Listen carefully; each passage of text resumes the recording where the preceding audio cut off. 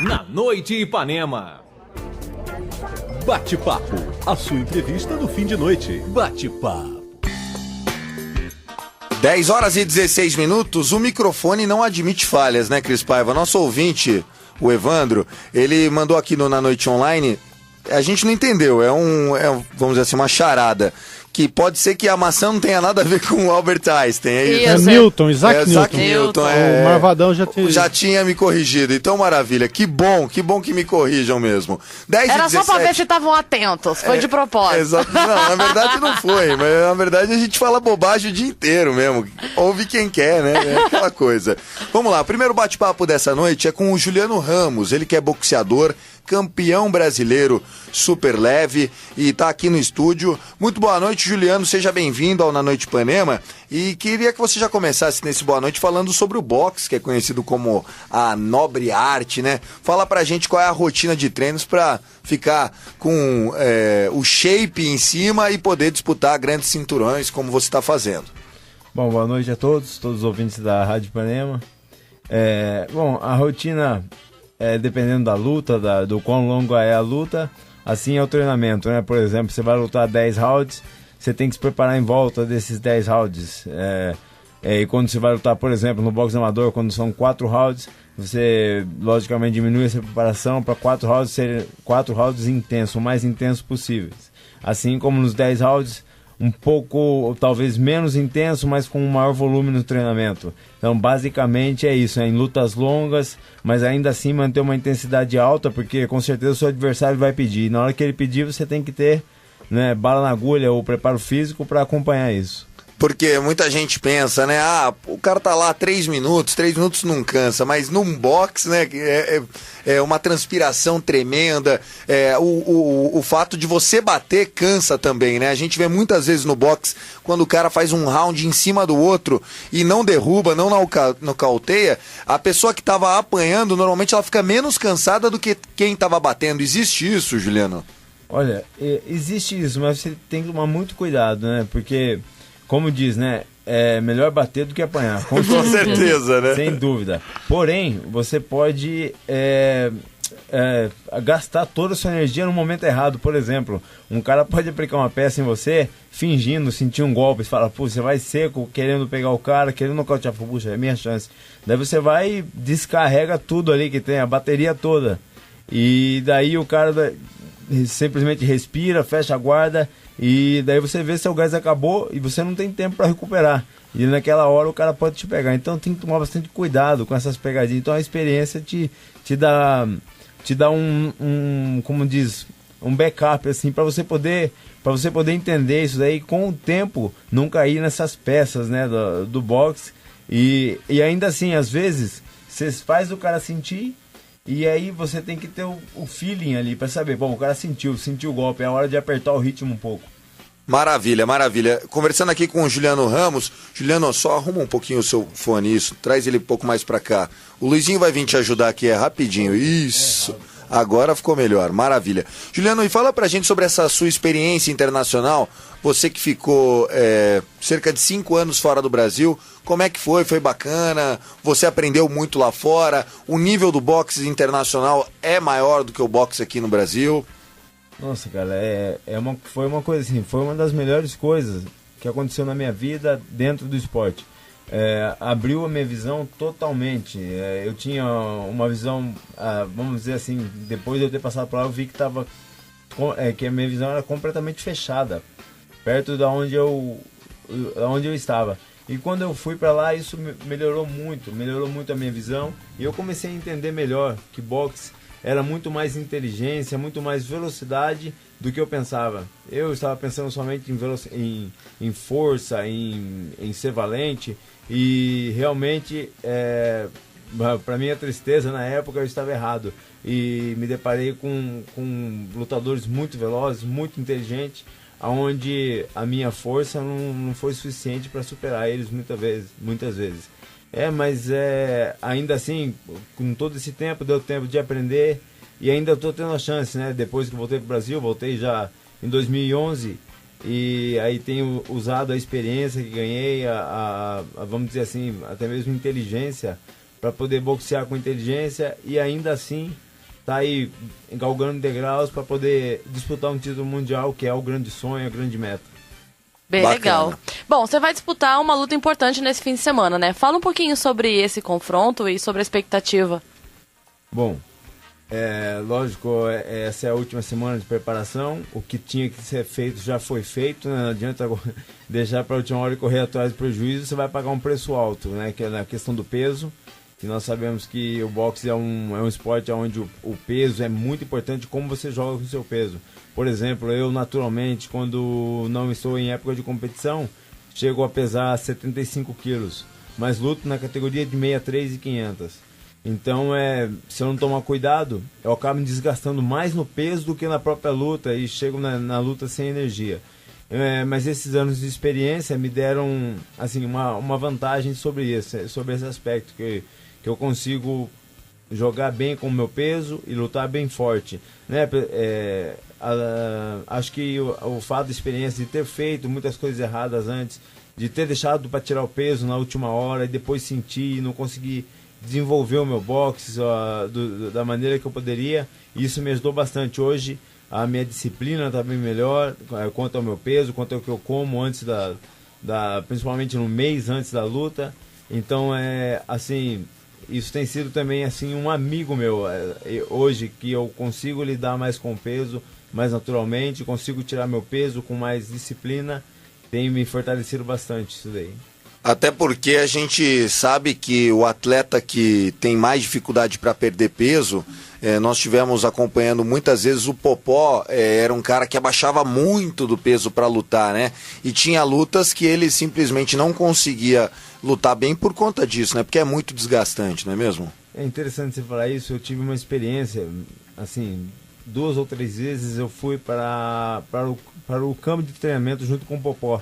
Quando ele se preparou para uma luta contra Rancheiro Ramírez, um mexicano, e eu fui sparring do Popó. E eu vi de perto o sofrimento dele para baixar a categoria. Ele pesava coisa de 76 quilos e baixava para 58.900. E assim, eu aprendi com ele também, assim, com o tempo, ele me falando, Juliano, cuida do seu peso. É a coisa mais importante no boxe.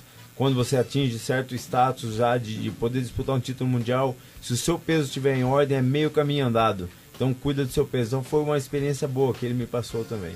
Que bacana essa experiência com o Popó, né? Eu nem sabia, eu citei ele como exemplo, porque era notório, né? O Brasil sofria com o Popó. Chegava na semana da luta, ainda faltava perder 7, 8 quilos, e aí ficava... Dava vontade de falar, dá pra mim que eu carrego esses quilos pra você. É verdade. E como é que faz pra perder, assim, em 24 horas, coisa de 4 quilos, 3 quilos? Eu vou dar um exemplo pra você que me impressionou na época, né? Eu acho que eu tinha 23 anos... Foi que quando eu vi o Popó tirando 5 quilos, assim, na última noite, antes da pesagem. Tipo, a pesagem é amanhã, 4 horas da tarde. E ainda à noite, uma noite antes, ele estava 6 quilos acima da categoria.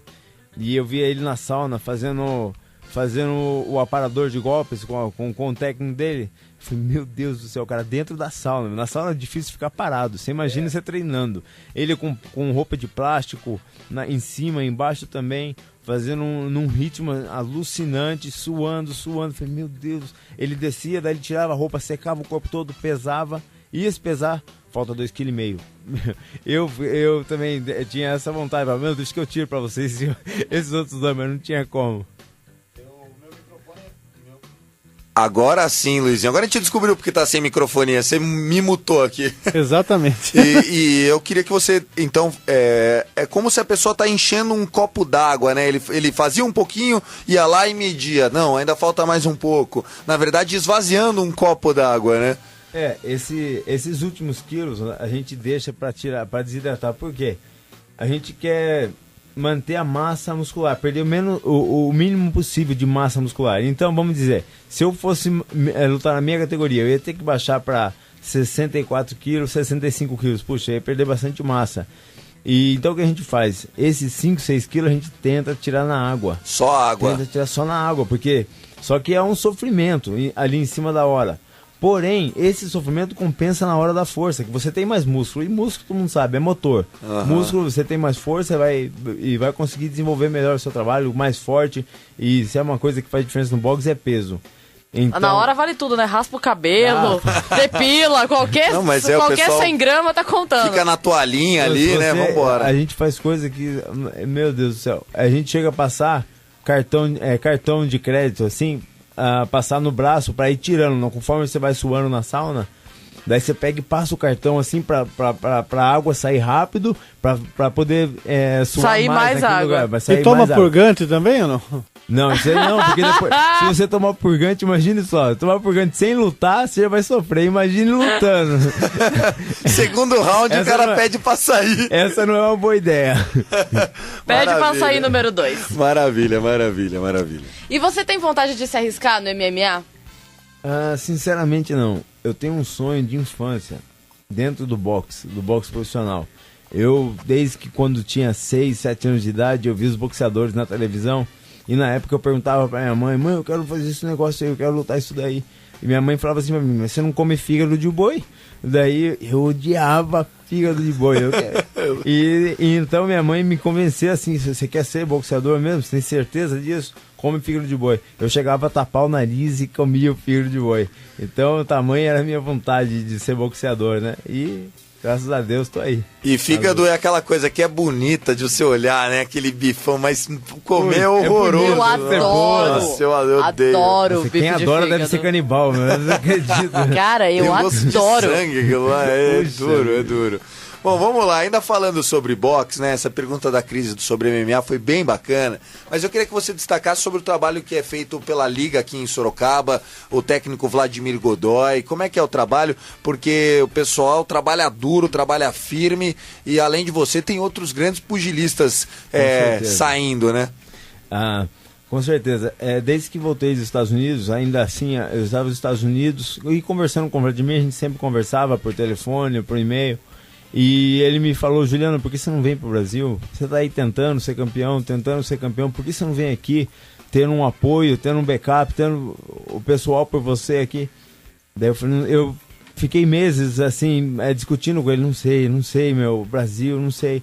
E até que ele me convenceu, falou, venha, você vai gostar, você vai ver, não vai ser uma furada. E eu vim, e ele me conseguiu um patrocínio com a Rudel, que eu representasse a Rudel, e mais pra frente que a Liga Sorocabana de Boxe estava fazendo eventos, eu poderia lutar nesses eventos da Liga Sorocabana de Boxe, e ele é o grande mentor desse negócio, né, da Liga Sorocabana de Boxe. Ele é que tá por trás, ele é o nosso técnico, eu falo que ele é o Coringa, porque ele é o nosso técnico, ele é o presidente da Liga. Então, fora os afazeres dele, faculdade, onde ele dá aula, muitas coisas, e nos ajuda muito. Mas com certeza o Vladimir de Godoy é um grande apoiador, só que não só meu, e sim de toda essa molecada que vem vindo no boxe aí com sonhos. Eu, como você disse, eu não sou o único, eu sou só uma andorinha aqui no profissional por enquanto, mas tem os meninos do Olímpico, Lucas Alvarenga, Luiz Arantes, Ralinei, tem o Gustavo Rodrigues, tem todos os meninos, Júlio Correia, os meninos que vêm se destacando aí no boxe, não só paulista, mas no boxe brasileiro, né? Tivemos o campeão juvenil aí, Abner Teixeira, e são os meninos que estão se destacando muito, provando que a cidade realmente tem um potencial grande mesmo. Tem a categoria cadete, né, que são os meninos novinhos lá querendo já bater na gente, a gente tem que bater na bunda deles. Agora não, ainda não, moleque, ainda vai não. chegar o dia, vai ainda chegar não. o dia, mas não hoje. Bacana. Então é muito legal aí esse trabalho da Liga e como eu disse, o Vladimir como mentor, técnico, o Coringa do boxe aí na cidade. E você citou uma pessoa que eu conheci pessoalmente, durante 3 anos ele trabalhou para os meus pais como segurança, muita gente já sabe, né? Eu tive o Black Sheep aqui, que foi o Júlio Correia. E o Júlio é boxeador da Liga, um cara sensacional. Imagina uma pessoa do bem, coração bom e que sempre batalhou pelo boxe, em prol do boxe. Então manda um abraço pro Júlio. E pra gente encerrar, né, Cris, uma mensagem sobre o boxe, pra quem tá nos ouvindo agora, o que você poderia dizer, principalmente pro público jovem, sobre a importância do boxe na sua vida e quem tem sonho de seguir, seja no boxe ou no MMA, numa arte marcial? Eu nunca imaginei ser boxeador um dia, apesar de sonhar, achava tudo, mas nunca me achava capaz disso, né? E é interessante que começou bem assim. Um dia, eu acho que tinha meus 12, antes ainda, 10 para 11 anos, e o pai do amigo meu trouxe 2 pares de luvas de boxe e colocou um par em mim e um par no filho dele. E eu, aquele negócio, né, que tem entre os meninos, eu bato nele, que apanha daquele, que bate nesse, então você já sabe mais ou menos de quem você bate. Eu apanhava de todo mundo. E daí nós colocamos esses pares de luvas e começou ali a lutinha, né? E eu bati em todo mundo, pra minha surpresa, pra minha grata surpresa, eu bati nos meninos todos e pensei, eu sou um monstro, caramba. Eu sou bom. Eu sou bom, eu realmente pensei isso e fiquei impressionado, assim, com a minha desenvoltura no boxe, uma coisa, assim, natural, né? Eu fiquei impressionado, porque eu apanhava daqueles meninos, mas quando o negócio valeu mesmo, eu bati neles.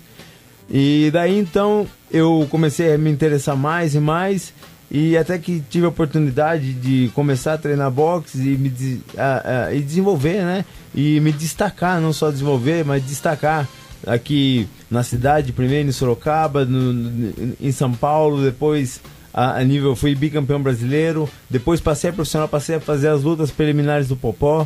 Então, assim, só resumindo isso, foi assim um sonho que eu tinha, porém não acreditava que era capaz, né? E a partir do momento que eu tive uma chance de mostrar e de experimentar e acreditar, né? Eu comecei a acreditar e ir atrás daquilo.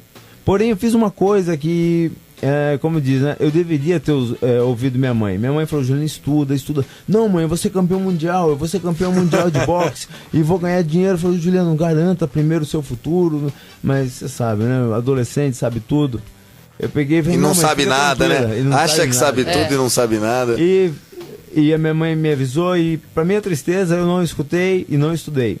Porém, eu voltei depois de tantos anos nos Estados Unidos, tentar sorte, não consegui o título mundial ainda, por enquanto. O Vladimir insistiu para que eu voltasse, eu voltei, e o Vladimir falou para mim, Juliano, só tem uma condição pra gente trabalhar junto. Eu falei, sim, qual é? Ele falou assim, você vai ter que estudar. Eu falei, puxa vida, Vladimir, mas há tanto tempo longe do estudo, há tanto tempo... Ele falou, Juliano, não tem problema, você presta vestibular, começa a estudar, escolhe aí a faculdade que você quer fazer, o que você quer fazer, pra gente dar continuidade.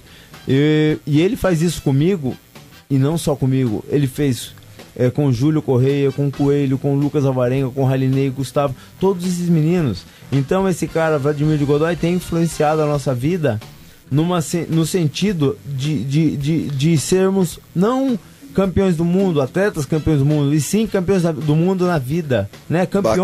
Campeões da vida. Então assim, por isso que esse esporte eu já amava tanto, e ainda assim vendo como instrumento de trazer pessoas, às vezes, de uma vida sem esperança, de uma vida sem perspectiva nenhuma, trazer a gente para uma perspectiva tão boa como poder chegar a uma Olimpíada, poder chegar a ser campeão mundial, ou brasileiro, ou independente disso, ter uma vida digna, com uma profissão, né, estudando, tendo assim... Ser um cidadão, né? O melhor que a vida pode nos dar. Maravilha. Sabe as palavras do Juliano Ramos? Muito bonito. Bacana, um testemunho muito legal. Juliano, pra gente encerrar de vez, além da Ruda, eu quero citar mais algum patrocinador. A gente sabe do pouco espaço, infelizmente, que os atletas têm de se divulgar, de divulgar o trabalho. Se quiser falar, agora é hora de agradecer, e nós que agradecemos, inclusive, a sua presença aqui. Muito obrigado mesmo. Eu agradeço, e assim, a Ruda tem assim, me bancado mesmo, dado condições para mim treinar, me preparar, estar pronto para a hora que, como diz o Vladimir, que o Tigre chegar. A gente sabe que o Tigre vai chegar, eu estou pronto. E eu agradeço ao Mário da Ruda por isso, por ter me dado condições para isso, para mim poder me dedicar não somente ao boxe, mas assim, e sim também à faculdade, onde eu garantirei e estou garantindo o futuro da minha família. E logicamente agradeço, né, a academia que a gente treina, que é na Runner, E agradecendo sempre assim, e assim, a primeira pessoa que me vem na mente quando agradecer é a minha mãe, né, logicamente, a minha esposa, o meu filho e o Vladimir, que foi assim mesmo, como eu falo, o cara é pai, irmão, patrão, quando tem que xingar ele xinga também. Então, legal. E eu não posso bater nele, isso que é o pior, né? Nem deve. Maravilha. Esse foi o Juliano Ramos. Vamos de música, esse é o Na Noite Ipanema, daqui a pouco o Celso Marvadão no ar.